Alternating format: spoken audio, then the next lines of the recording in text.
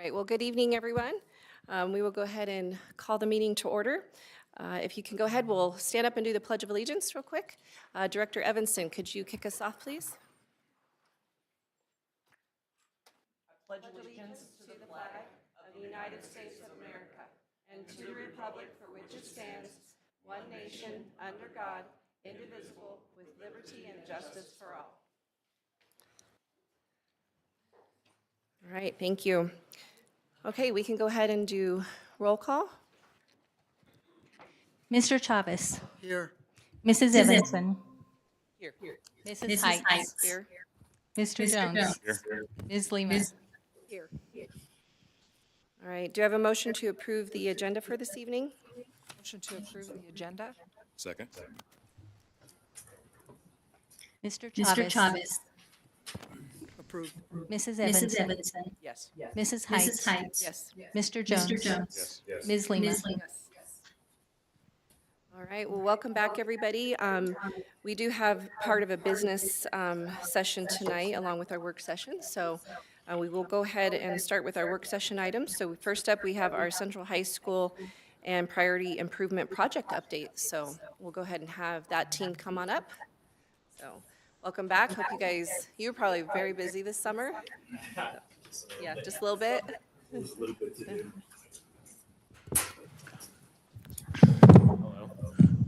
Got it, is it on? Working? All right. Hello, board, good evening. I'm Clint Garcia, the Chief Operations Officer for the district. Tonight, we have Eddie Mort, Director of Facilities with us, and Micah Adams with DPM. And with that, we'll start our update. Sure. Hello, everybody. Great seeing you again. As Clint mentioned, I'm Micah Adams, Project Manager with Dynamic Program Management, the owner's rep for the 2024 bond projects. Here with me, I also have Peter Eisenogel with the White Group. They are the architects for the Central High School additions and improvements, and so I've got him here with us to speak to some of the design items as we get to that part of the presentation. So with that, just a recap, we have this slide, or have had this slide in every presentation so far, just a kind of outline of the budget as it was proposed there in the facility master plan and in the bond. Just a reminder, there's the three major parts: the Central High School improvements, Prudhoe Monument High School improvements, and then the priority improvement projects, which there are 4 phases scheduled, the first being this summer, and so we'll jump into the details of that work. I won't bore you guys with reading all the details, but essentially how we have it outlined is there's 3 different general contractors that worked on schools this summer. So I've got a slide for each contractor that shows what work has been completed, and then a slide for each contractor showing just some of the remaining items to kind of be cleaned up here moving into the school year. So as you see right here, we've got FCI's 5 schools that they did work on this summer: Chatfield, Nisley, Fruitvale, Orchard Avenue, and Rocky Mountain Elementary School. Consisting of asbestos abatement, fire sprinkler additions, drinking fountains, improvements to educational adequacy areas like the maker spaces, some small group rooms, and the like. So lots of work completed at these 5 schools over the summer. The remaining items are pretty minor. You'll notice at, I believe, almost all of these schools, there are some wood doors. Wood doors are a long lead item that we weren't able to get in time, but we were able to get temporary doors to go in everywhere with hardware, and so doors that are required have doors there, but the permanent doors at quite a few schools will be going in here later this month, I believe, just in off hours, whether it's after school or evenings. There's some marker boards and corner guards, once again, some long lead items at some of these schools. playgrounds were another thing. Just kind of maybe jumping back a second, the design for these projects had to happen really fast with the bond passing in November and work starting in May. There really didn't have the time we're used to be able to order some things that take 3 months to get once you order them and detail all the get all the details flushed out. So sped playground equipment at Fruitvale is one of those items. The playground equipment is on its way and should be installed here in not too long. Light poles, I believe at Fruitvale, those were showed up damaged and they're getting some replacements. Pre-K bathroom fixtures at Nisley, I think those are actually in now, just at the time that this slide was put together. I don't believe they were. Acoustical wall panels, that was another long lead item coming in soon, same with roller shades. And I think that kind of addresses most of those items. So DDB, or Distinctive Design Build, had 2 schools. They had Mesa View and Thunder Mountain Elementary School, consisting of improvements like fire sprinkler, addition of fire sprinkler systems, and some similar educational adequacy improvements to the schools mentioned previously, improvements to makerspace areas, some small group rooms added, cafeteria improvements, some restroom additions. Bollards, that's something I forgot to mention. All these schools got safety bollards outside of the entrances. So just a couple things remaining at their schools. Once again, acoustical panels, playground surfacing, which actually I think was poured here in the last couple days there at Mesa View. And then Thunder Mountain, once again, that sped playground equipment coming here soon, but not quite in yet. The asset construction management schools, they had 2 schools, Palisade High School and Taylor Elementary School. Similar upgrades to all the other schools that we've mentioned so far. Palisade High School kind of being the exception. There's a security vestibule under construction out there. As you all know, when you walked into Palisade High School, there in the lobby, there wasn't any sort of vestibule or way to kind of buzz people through a door. So an addition is being added there that's got, I believe, 2 offices in it and a desk where people can buzz people through the door. So that is still underway right now. That's scheduled. That security vestibule is scheduled to be done by the beginning of September, along with a couple other things there at this school. The auditorium, that fire sprinkler system, we've known since the beginning of the summer that fire suppression system, they had to erect scaffolding in the auditorium. I've got a picture of it here in a little bit. They call it dance floor scaffolding, and large. That fire sprinkler system was definitely one of the most difficult to access just because of how high up in the room it is. But that is currently underway and scheduled to be done by the end of August. There's some site security walls that were added there at Palisade, some of those exterior buildings. There are some CMU block walls being built to connect those buildings with gates in them, just to secure that campus a little bit better. So there's not just students coming and going in between all the buildings. It's a little bit more confined. Along with that, Taylor just has some stuff wrapping up similar to the other priority improvement projects. A couple more items here, though, being there's some storefronts that didn't quite show up in time. Nothing that's hindering operations at the moment. There are, I believe, some sinks in the classrooms that have not shown up yet that they're hoping to get installed here as soon as possible, as soon as those sinks show up. The bus loop, they are adding a seal coat to that parking lot to help increase the longevity of that bus loop. And a couple other things on here. But overall, teachers, staff are back in, all the schools, everything's looking good. But as we kind of knew from the beginning, there's going to be some evening work, some weekend work just to button things up.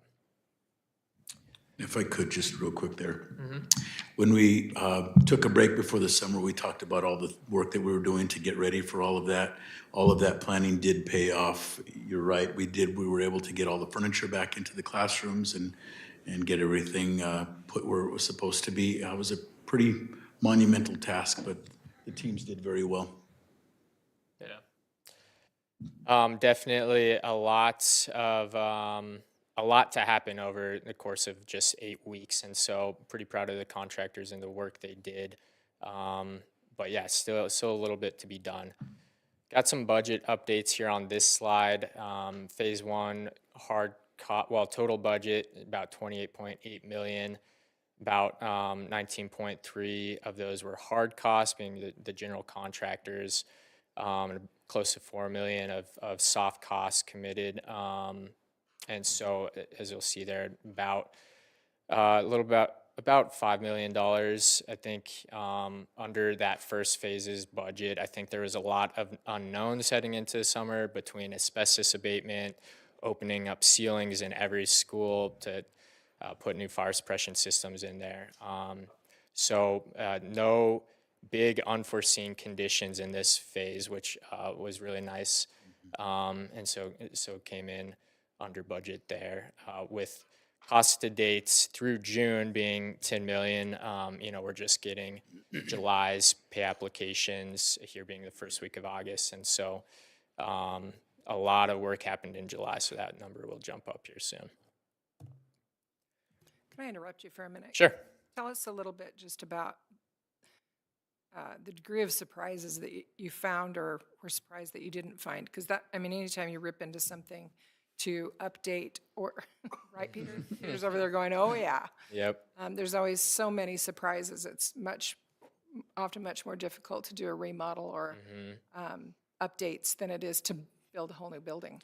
It really is, yeah, and we definitely don't want to get in a situation where we're thin on contingency heading into a remodel situation, because you're right that you never know what you're going to find.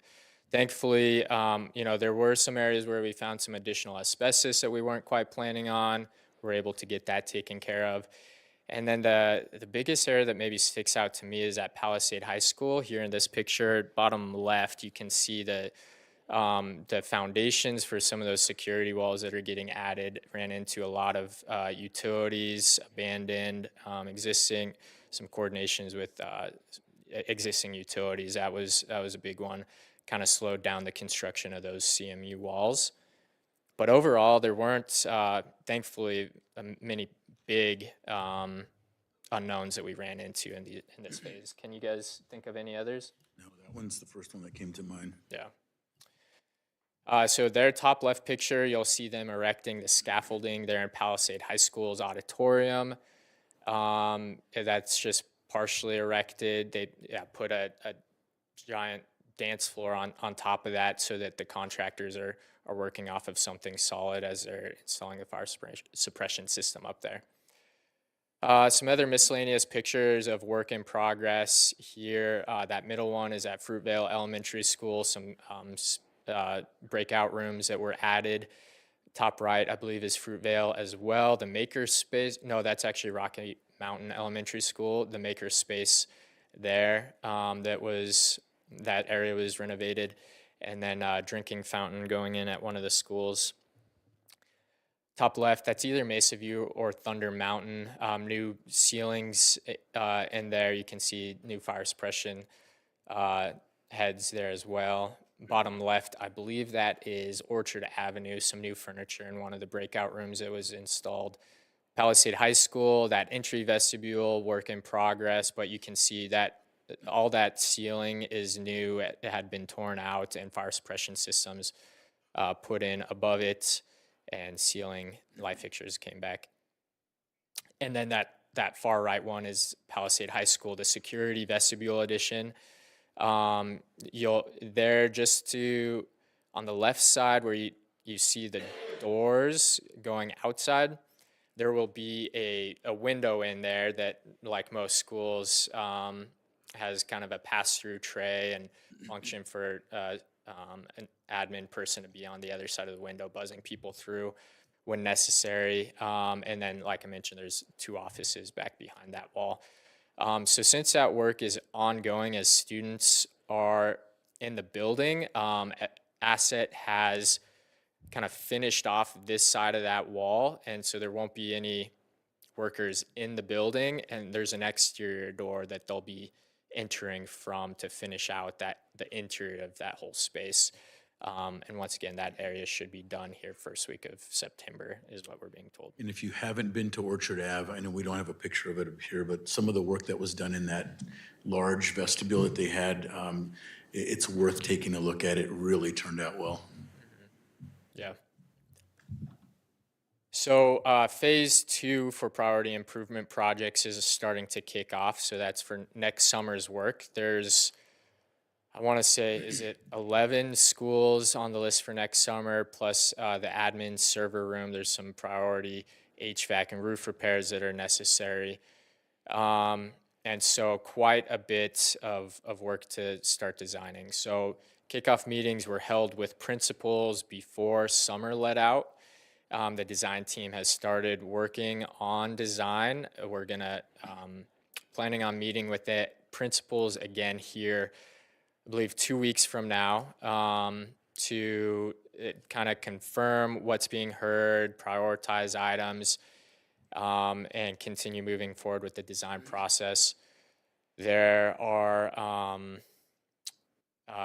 interviews for contractors, so we're currently in a procurement process for general contractors for next summer's schools. So those interviews will be held here first week of September, and then they will roll right away into cost estimates for everything.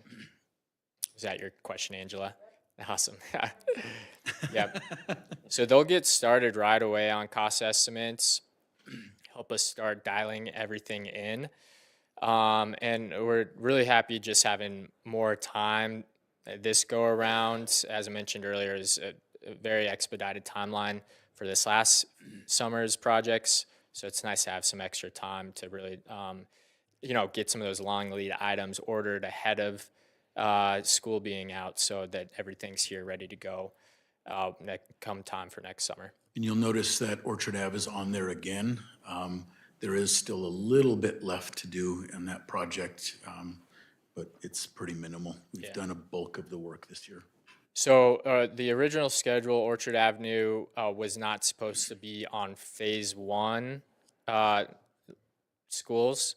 It was supposed to be phase 2, but there were some real pressing needs there for breakout rooms, some additional space as we were heading into this coming school year. So we broke out a chunk of what was supposed to be in phase 2 and put it into this summer's work. And so, yeah, as Clint mentioned, the rest will be done next summer. We did put a modular on that site as well, and we do have a temporary TCO, yeah, so we're able to get into that space. We're on track. So that kind of covers priority improvement projects. Are there any questions before we move on to Central High School? Great. So as I mentioned, I've got Peter up here with me. He and his team are working diligently on design. Schematic design was finished, I believe it was early June, mid-June. And then we got the estimates from FCI mid-July. We'll jump into that a little bit more here in a bit. There were some test helical piers done at the site here this summer, testing out foundation options. Unfortunately, helical piers are not going to be viable in this process. So right now we're looking at, I believe it's drilled caissons. Drilled piers. Drilled piers. We also had a shear wave velocity test done over the summer just to take a look at the seismic category required for the school.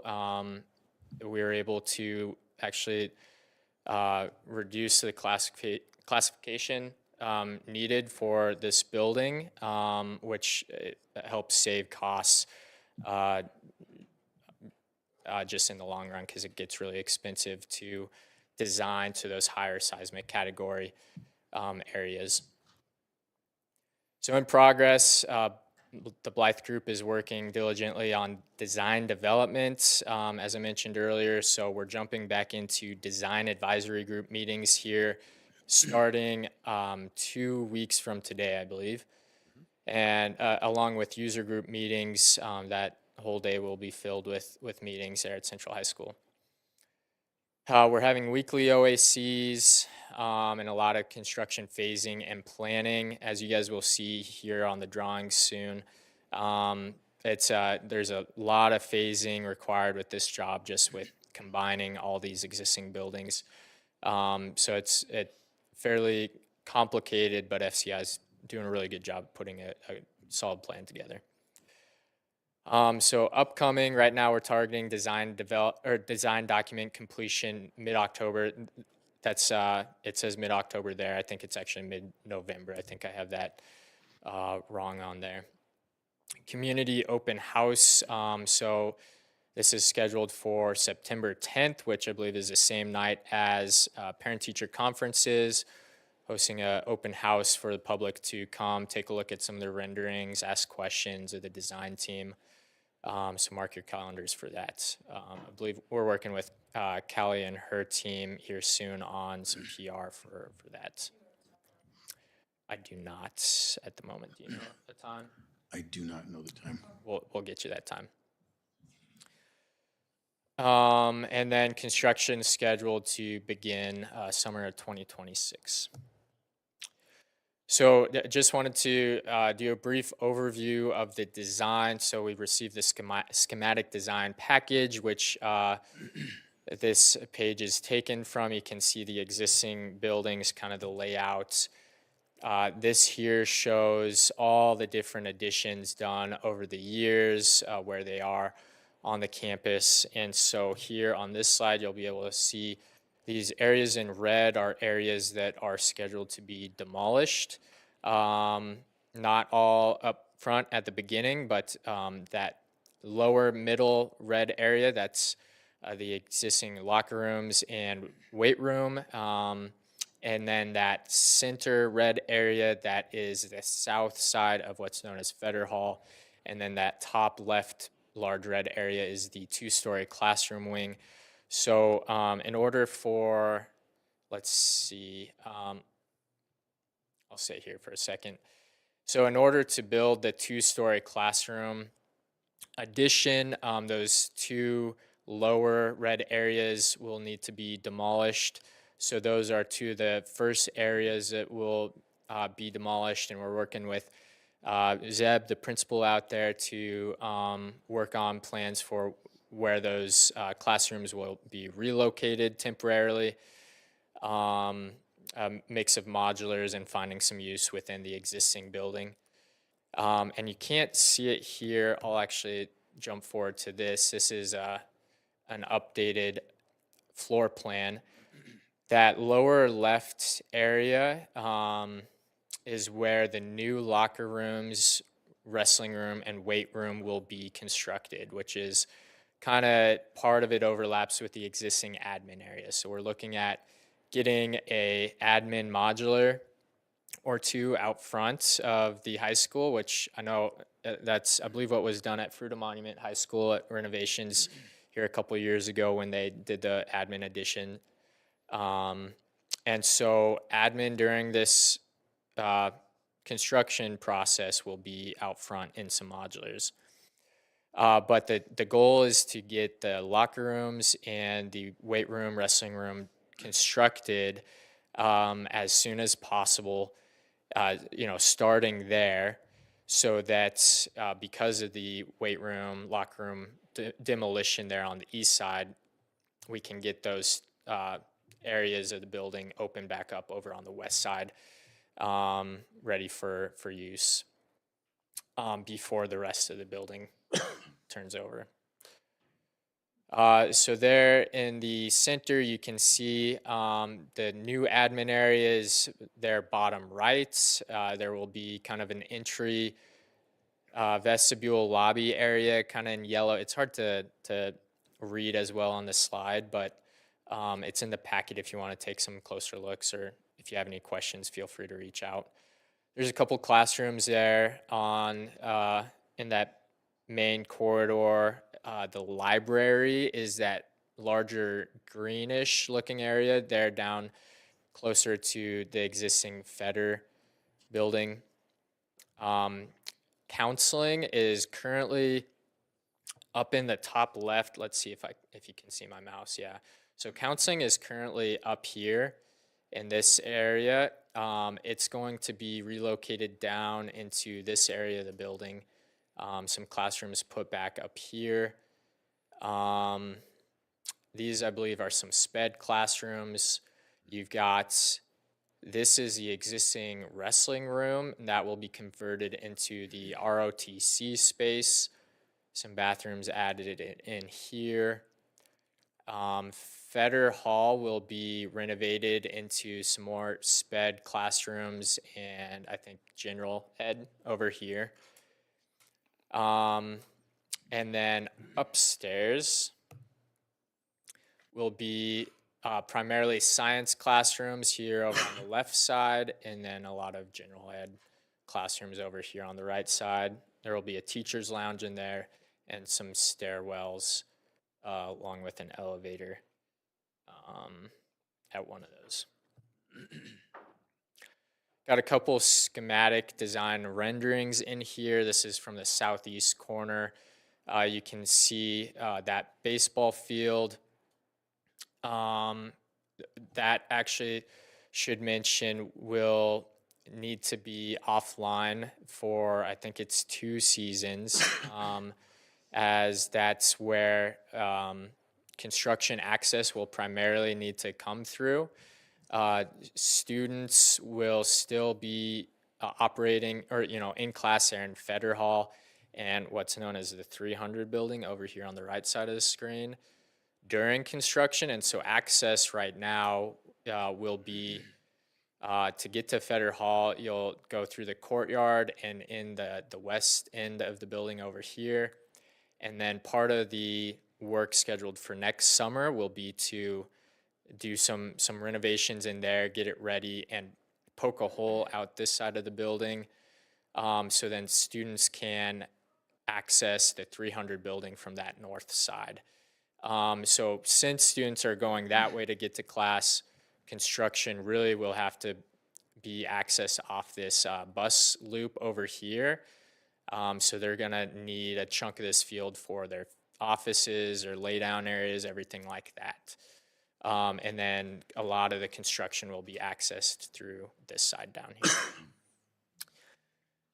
here. This, as I mentioned earlier, this addition, they're looking to, I think, try to get that done, I want to say this next summer, because let me get back to you on that, but I'm pretty sure that's supposed to be done next summer. I think they're starting it. I don't think the plan is to be able to finish it. But I could be mistaken. Yeah, I'll get back to you on the details there. But yeah, this entry will remain open for the students. This will be the main thoroughfare. And as I mentioned earlier, there will be some admin modulars out here. If there are student modulars needed, we've got an area designated over here in the parking tennis lot or tennis court area for some temp modulars until construction's finished. Yes. So when you knock a hole in that one building to go to the 300 building, is it going to be open for students just to walk through, or is it going to be a hallway that's enclosed? Yeah, I believe that FCI is planning on building a walkway with kind of fencing and an enclosed roof on top. I think it will be kind of like a breezeway. It won't be 100% enclosed, but we'll have some fencing and a roof on it for their passage from one building to another. Here's just another view from the southwest. Some views of the entry areas once they're complete. You know, I will mention real quick, it will be nice having all the main entry and the admin there in the southeast corner, but then being able to separate the building nicely where there's a lot of after hours events that can use the entry there on the west side, you know, athletics, the theater. You can kind of split the school into two zones and control where people are going after hours, not just give them free range of the whole school. A couple more views, some elevations, and I think that kind of covers the design. Any questions on the design? So when you say that we have to take the baseball field offline, do we have plans for that team for the next 2 years? Yeah, I want to say that we've talked to Zeb about it. Was it Longs Park? I need to remember where we. We had to move from Junction High School to Canyon View, so we'll probably have to do the same thing there in order to have. So they'll practice at that field that's right across the street, or right across the parking lot? That's not big enough for baseball, so they'll probably have to go to Canyon View. All the way to Canyon View. Yeah, and unfortunately, I mean it's a really tight site, and there's not a lot of great options. Thank you. Here, brief overview of the budget. So original budget in the facility master plan is 68 million. Hard cost construction budget there originally was $56.2 million. Actually, sorry, that's a hard cost construction budget right now, which it is comprised of the original hard cost budget of 47.7. There was some reallocation of funds.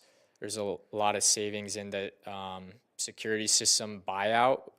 There was district-wide upgrades done to the security system.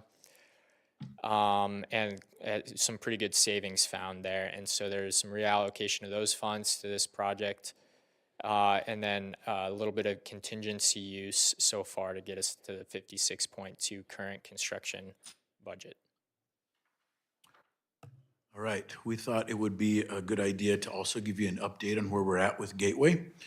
I want to make the distinction here as we move into this slide is this project is separate from our bond, so no bond funds are associated with the Gateway project, just for the board to know and for the audience to know as well.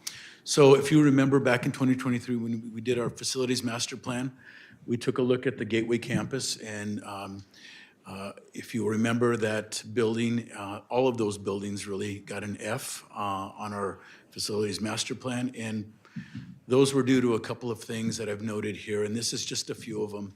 There were some significant roofing and structural deficiencies that included sagging areas and deteriorated overhangs. I'm sure Eddie could speak probably at length to all of the times that they go out there to work on some of those deficiencies.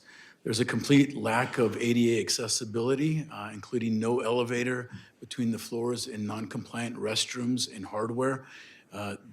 We just don't have a way to accommodate anybody that might have a disability in that building. It wouldn't be possible unless we did some significant upgrades to that building.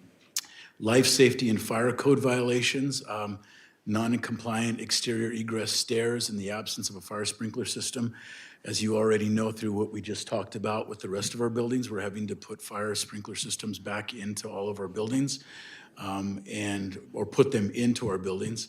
Stairs are a problem in that facility as well. outdated mechanical, electrical, and plumbing systems, many of which Eddie, again, could probably speak to, are at the end of life. I don't know how often we get out there to work on those, but I'm sure it's quite a bit. Exterior and interior deterioration, including hazardous materials, failing finishes, inefficient insulation in windows. We're running HVAC systems in there, probably more than we do anywhere else. We don't have good insulation in that building, and windows are from a long time ago. So, next slide. So with that, you'll know in the master plan as well, we looked at some costs associated with that building and some deferred maintenance costs. To do everything that we needed to on that campus, our total budget would be over $7 million to complete the work that we need to get to just to have a standardization across that campus. That 1946 main building that we're talking about was almost $4 million, a little over $4 million, which is over half of what that would cost for the entire campus to get redone. And then, of course, the remaining campus itself, about a little over $3 million. So a lot of money just to pour into that campus. And I would note that given those conditions, we wouldn't want to invest any resources into an aging building like that. We're really operating at about 9% of its enrollment capacity, and it feels really fiscally irresponsible to continue to do that. In addition, due to the building's condition and liability risk, we're really not in a position to donate or transfer that building to anybody else. It's not in a good place, and I don't think we'd want to put any money into it to have anybody occupy that building. That's the intent of us taking that building down. So next slide. So here's what we're looking at. It's not the entire campus that we're looking at demolishing. There's one building that you'll see in the middle of this, if you're familiar with the campus at all. That building that you see circled is the schoolhouse itself. That's where most of the classrooms are. And that building has a little apartments in it in the downstairs. Is that correct, Eddie? And then classrooms on the other side. That is the building that we're talking about that has deteriorated significantly. And that is the building that we have scheduled in September to be demolished. The rest of those buildings that surround it are existing and will stay. And we plan to use those for the students that will be our primary students that will be attending GRA. Those buildings that you see there will accommodate students in online learning. Next one. I think, go ahead. So with that, with both of those presentations, are there any questions on Central and/or Gateway? So I do have some questions on Gateway, Okay. and maybe I wasn't paying attention, so forgive me. Was this something that was communicated to us prior to today, or prior to this board meeting, part of our strategic planning when we went through, like, did I miss that somewhere before that we were going to be demolishing that building? I don't know if we spoke specifically about the demolition of the building. What I would say is that when we talked about the building as a whole and our plan to move forward to remove our students from that building, I think I felt like it was a known that we were going to have to do something with that building. We weren't planning on putting any more resources into that building, and we had no use for the building, so maybe we didn't communicate that out to you. So, and I understand us not putting any additional funding into the building because of the condition of the building. However, I suppose that, we've been receiving communication from our Gateway community off and on for quite some time, especially since the whole plan came up as to what we were gonna do with Gateway, how things were gonna work out, trying to come up with a plan that worked with that community. And that's a building that's very important to that community. I guess what I'm asking is that maybe we have some conversations around that. Like, I feel like we're already neck deep in demolishing the building. I just have some concerns that it wasn't communicated well to our community out there, and that's been a piece of history Yeah, for that community. understood. I would ask the board if we are considering at all putting that building back out to the community, what's the liability to the district? I feel like the liability of putting anybody in that building would put the district at risk. It's a building that we determined wasn't fit for our own students, and so moving forward with the demolition was the logical option.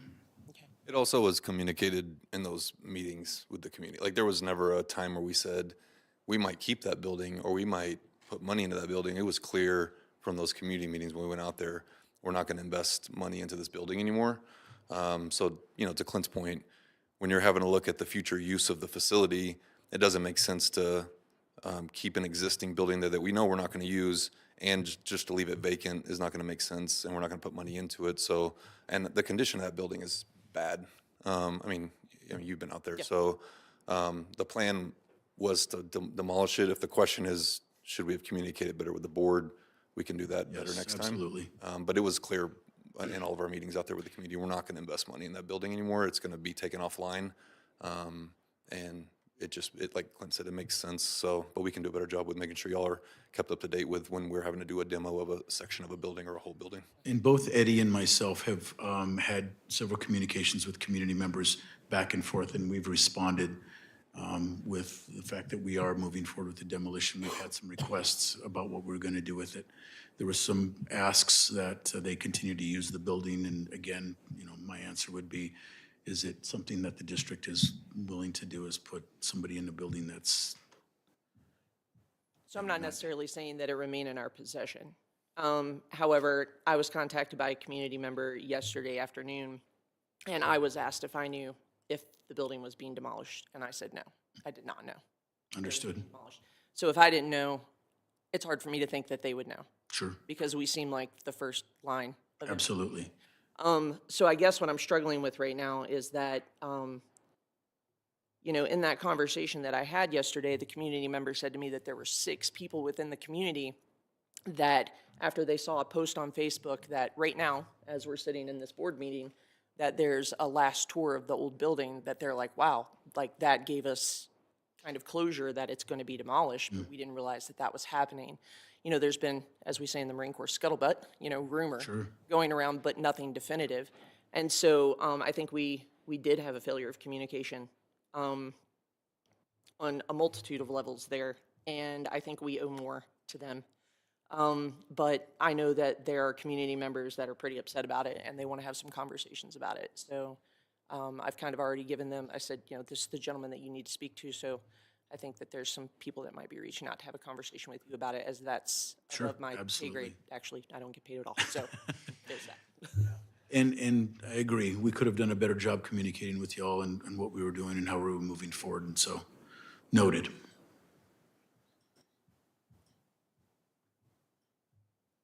All right, any questions, any other questions? I do just want to point out, going back to all the PIP projects, like, that is a lot of work. So really proud of your team, on all the folks that did all that work, but also just a reminder, like, this only happens when our community comes together and passes bonds. Like, this is the only way we can do all this work that y'all pointed out. And so, and I'm excited about the work that's going to happen next summer as well. So, you know, when we have to go out again in however many years, this is a little under $200 million worth of the $600+ million worth of deferred maintenance we have in our school buildings. And so we want to be able to do this work at all of our schools. We want to make sure we see through all these projects. And so excited about the bond that passed in '24. Really appreciative to our community for passing that. And we're seeing the fruits of that. And we want to make sure that we continue this work moving forward. But again, thanks to y'all's team that's a lot of work to do in, like you said, 8 weeks. And I liked hearing under budget. That always sounds nice as well. So thank you. Sounds great. Definitely, and I'd like to point out too, just impact on the local economy.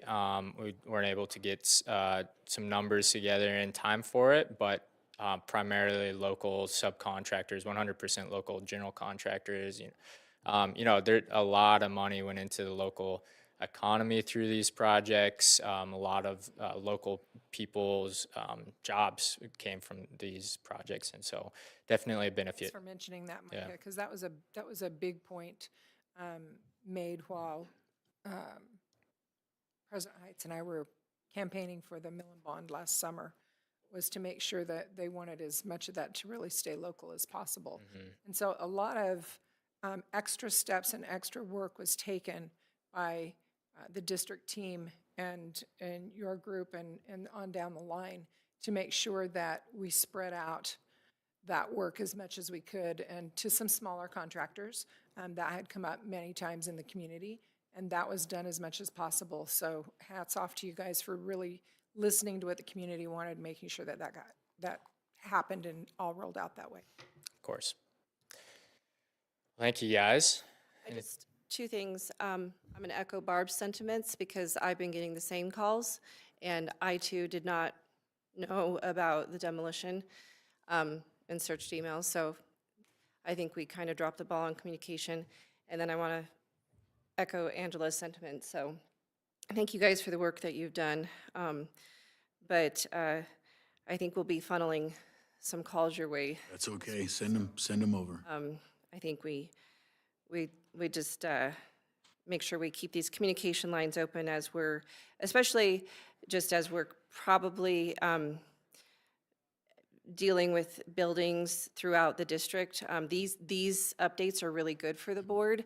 So I think maybe over-communicating what we're doing with buildings, because I know everyone's still. Sometimes, I mean, I think it's a matter of the words that we use, right? I mean, we use definitions. I've gotten a little bit used to your lingo, Micah, but to say something's going offline may not, some members of the community may not translate that to we're taking it down. We're actually going to demolish that building. So I think, yeah, just some communication stuff that, just to make it a little more clear to the general public instead of the terms that you guys use all the time. Well, but even just updates like this are just really important because I know there's just still a lot of questions about even some of the other, as we've consolidated schools, just the updates, what we're going to be doing with buildings. So just those updates are good. So, more communication is good. So thank you guys for all the work, and excited to see the updates in our schools. So thank you guys very much for that. So. Yeah, of course. And I believe we'll be back in September to talk about Fruita Monument High School and the progress happening there that'd as be well. great. So excited for that. If there's no other questions on these projects, I think we have an update on Grand Junction High School as well. Yep, that's the next one. Yes, thank you. All right. So I'll switch over to those slides.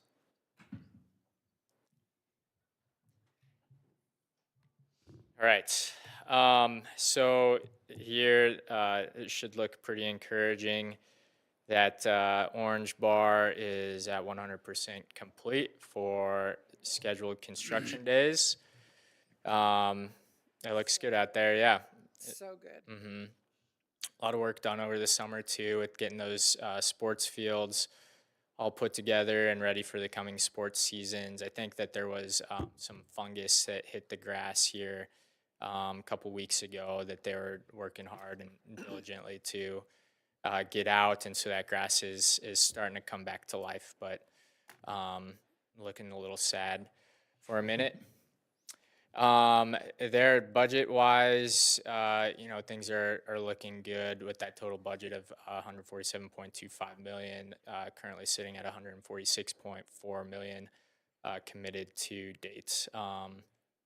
And expenses through, this says July, I think this is through June, because we just got July's pay application, so sorry for that mistake, but $144.3 million. So after July's pay applications and everything like that, we're getting real close to being billed out for what's committed. Recently completed over the summer, they went back through and installed tile in corridors. That was one of those things early on in the project where, it's a lot of tile, and as costs were escalating pretty dramatically with everything we're experiencing in the economy, it was one of those things that was targeted as something that could be come back later and put in if the money was there for it. So thankfully, the money was there for it, and I think that it looks really nice and is a real great durable finish for those hallways, really kind of brings things together and will hold up a lot better than those just painted walls. So tennis courts were also finished over the summer, you know, fenced, striped, everything like that. We were out there today and they're having tennis practice on them. It was looking real nice. I wish I could hit a tennis ball like that. Sod insulation, corridor tile, library patio. So you'll notice there in the background of this picture up in that, in the window, you can see some metal panels. So those were installed this summer, and the last thing we're missing there is the actual stands and the paver tiles to complete that little patio just outside the library. Will be a real nice area for breakout classes or students to read, We've got stuff like furniture that. going out there as well, correct? We Yes. can. Okay, maybe we don't. I thought we did. Athletic field scoreboard installations in progress. So here in this picture, you can see one of the dugouts, some benches installed in the dugouts. So SOD is establishing concessions building in that old 700 building, a little concession stand installed, and all the final clean and demobilization is currently ongoing. Got a picture of the tennis courts here. Since then, they've got some windbreak fabric, I believe, installed there on the fences, but yeah, it's looking real nice out there. So students return to school, I believe it's tomorrow, right? Back to school night happening as we speak.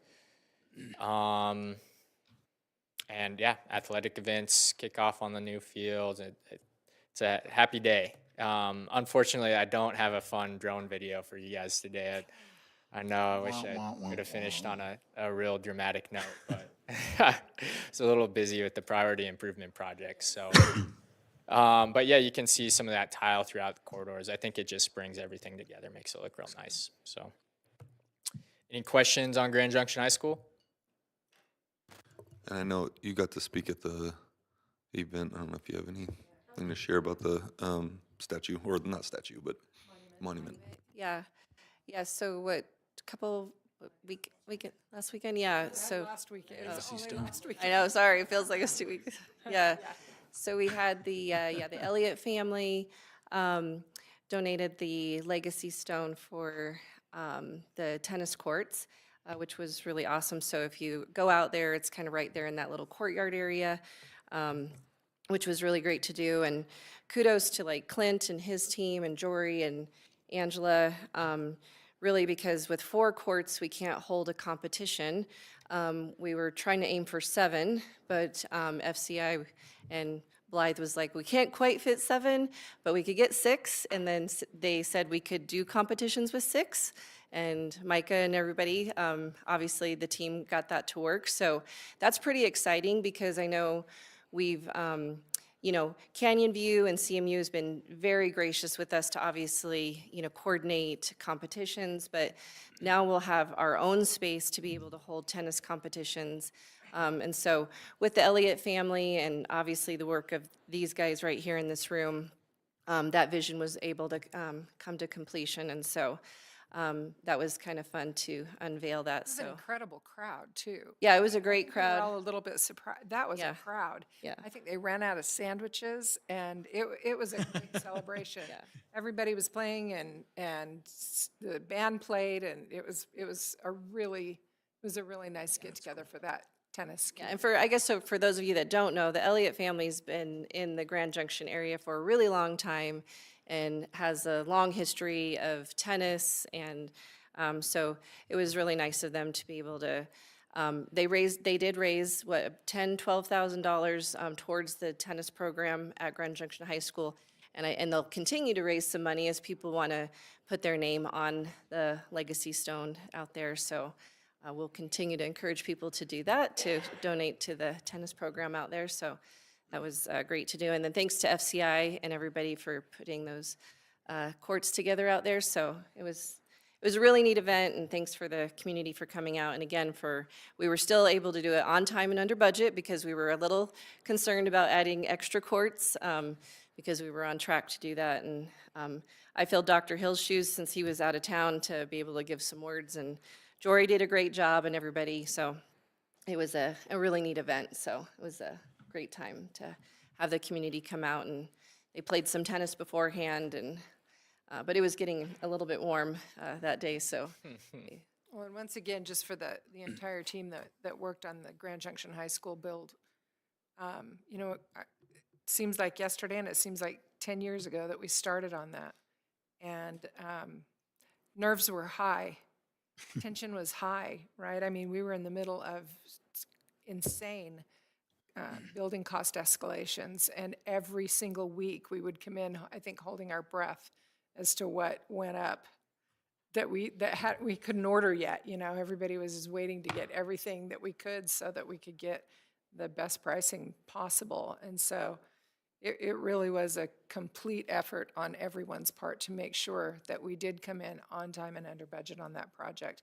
And for nearly $50 million project, I think you should all throw yourself a little pat on the back, because for that to happen is incredible. Thank you. And I'll just reiterate again, the only way that happens is when voters pass a bond in 2021, and so we're appreciative of our community for that. And then the last thing I'll say, I'm just excited because obviously Junction had to be rebuilt, foundation, all that, but it's also exciting to see these renderings of Central, that they're gonna get some love, and Fruta as well. And Fruta's had some work done in the past, but they'll also get work. And then Palisades had work done in the past too, but to see the secure vestibule and the other work going in. So all of our high schools getting the attention they need. And then all of our schools across the district. So it's an exciting time when we can pass bonds and see these projects come through. So again, thanks to our community for that. There are going to be some really functional pieces of that as the designs all get rolled out and we see them a little closer up. But the safety measures that have been put into place in all of the schools, that was highly important to our community when we were talking about the bond last summer. And so to see that that's really getting done and that our kids are going to be in a much safer environment is fantastic. Yeah, Central and Fruta, I mean, a big part of those projects is connecting those buildings so students aren't having to go outside to get to another classroom building. Those are huge improvements. And Palisade High School even, you know, there wasn't money in the budget to be able to connect those outbuildings with new buildings, but being able to get them behind some secure walls goes a long ways. So really appreciate you guys and allowing us to be here with you. Let us know if you have any other questions on these projects. Thanks, See you guys. next week. Thanks. Sounds good. thank you. Thanks for the updates. All right, we are going to roll into our business items. So our first item is actually, we're removing a policy, EBCB, with fire drills. So do you have a motion to remove policy EBCB? Motion to remove policy EBCB. Second. Any discussion?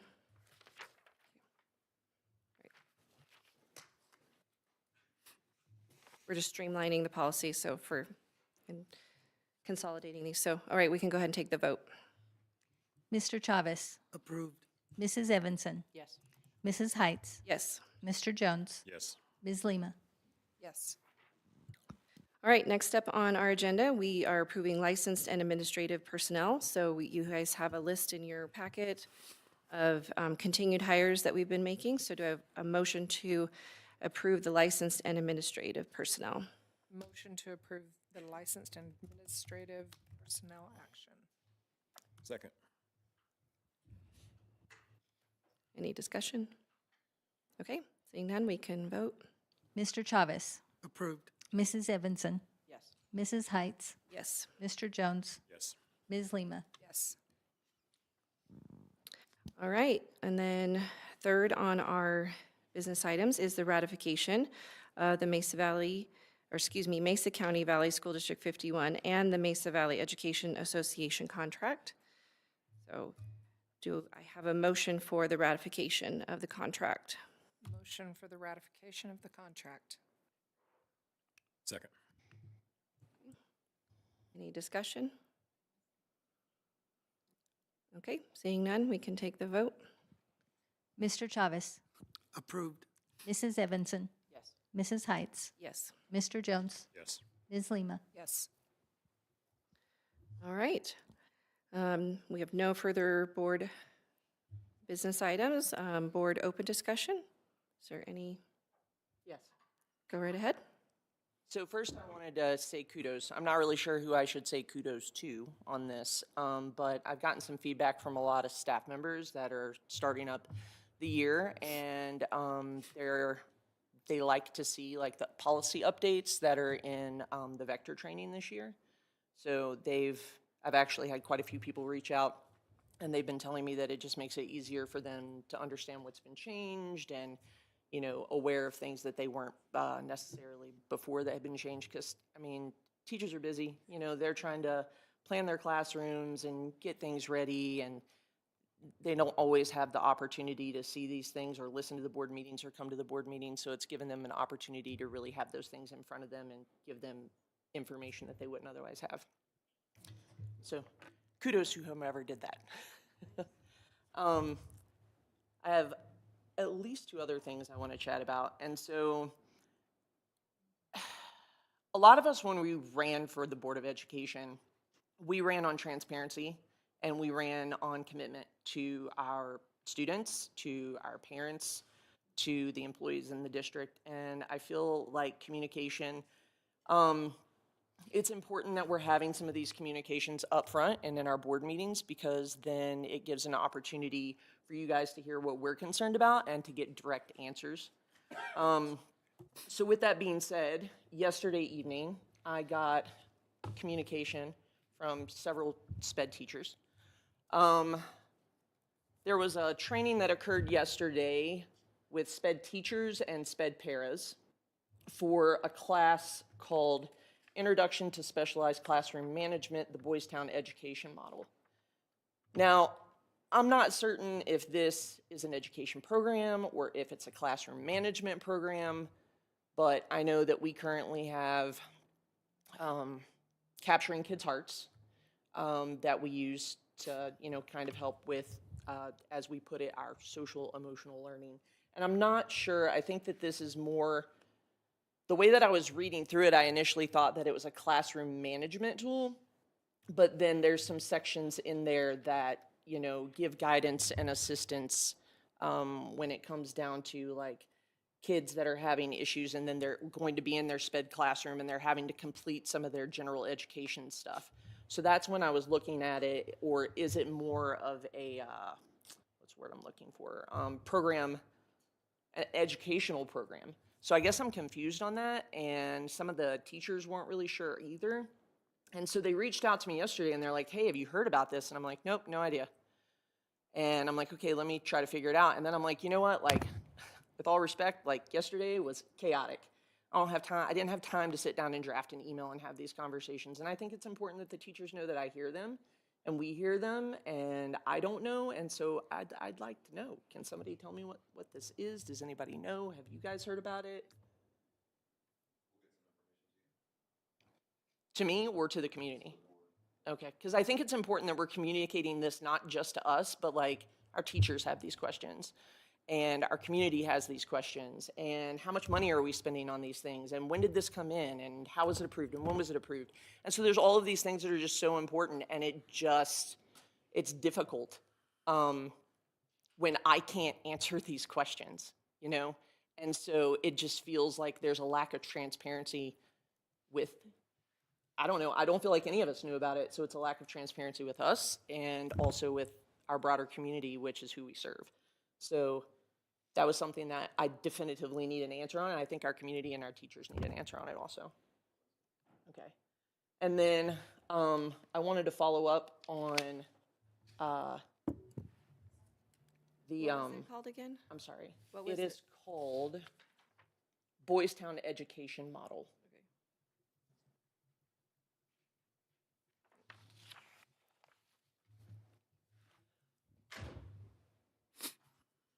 And so I also wanted to follow up that I appreciate the communication that's gone out from the district as far as how some of our registration processes have changed at the beginning of the year. However, I just want to say that I wish we could be more proactive about this. Actually, we will be more proactive about those things. It's absolutely necessary that we're being proactive and we're being transparently, I mean, it's the synonym, transparently clear, that we're being absolutely clear with the community that we serve.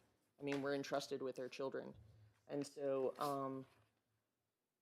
I just want parents to know that there was communication that came out to you guys. There was an email that came out that explains that if you do wish to opt your children out of any upcoming surveys or classes that you're eligible to opt them out of, it gives some directions in how to do that. However, the one thing that the email did not discuss was who they needed to reach out to, and I feel like I'm gonna reach out to their principal.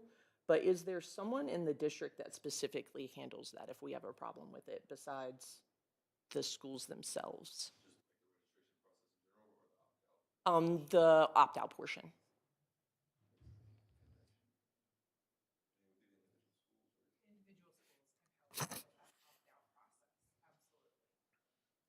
Okay, so if they have any issues with that opt-out process, is there someone that they could contact at the district that handles those things? We can Just if they have a problem, if there's a bigger point them problem. to it, just their principal. And then I'm sure the school can help first, and if the school can't help, then it would be the FNL. But Okay. I would want them to go to the school. Yes, absolutely. Yes. Okay. Because there might be some kind of an IT issue or technical issue that follows up with that. Be a person error trying to get through it, or it could be And to follow up on that, as far as like an IT question, is it, I don't know if we need to take a microphone, but so sometimes when we look at things on our computer, and then sometimes when we look at them, and like people are on the move and they're looking at things on their phone, right? Does it look differently on the phone? Does it sometimes not pull up the right data on the phone that it would if they were on a desktop or, oh my gosh, a desktop, a laptop? We don't have desktop anymore, do we? It's coming in. Yeah, that's something that, hello? Yeah, that's something we battle all the time. And so we kind of take a look at the iPhone to kind of be our main, take a look at what it's going to look like. But because of all the different sizes and stuff, it's going to vary a little bit. But like I said, we try to take it on I think it's a Droid, I think it's a 2008 model is what we still have that we test on them also with the older Droid operating systems. So we definitely try to make sure that we're testing on both ends, but it can look different on different models of phone, especially if you're using older models. So would it be more advantageous for a parent to be on a laptop of some sort? Yes. You're gonna get the best result? I think it's advantageous if you have a very old iPhone and grab a Chromebook and log in, and we have a link to our parent view, and you can do everything from the actual web page. Okay. All right. I think that answers all my questions. Thank you. Yep, I think that's all I have. Great. All right, well, yeah, if we can get some follow-up. Oh, go ahead. I just like to, we tend to forget, but I'd like to thank Tammy for the work that she did for the contract. So I just want to thank her for all the work and all the time that she did. Thank you. Yes, yeah, thank you. Thanks, Jose Luis, yeah. Lots of people working behind the scenes, right? Thanks for that reminder. Anybody? I just want to say welcome back to all the teachers and the kids going to school tomorrow. We went to the teacher orientation a couple weeks ago over at Orchard Mesa. It was a blast and got to walk the red carpet and take lots of pictures. But it was a super cool event. D51 Foundation did a great job putting it together, and we can't wait to see what the year brings. But it's really exciting to see all the new teachers that were out there and talk to so many people. So Yeah, it was fun.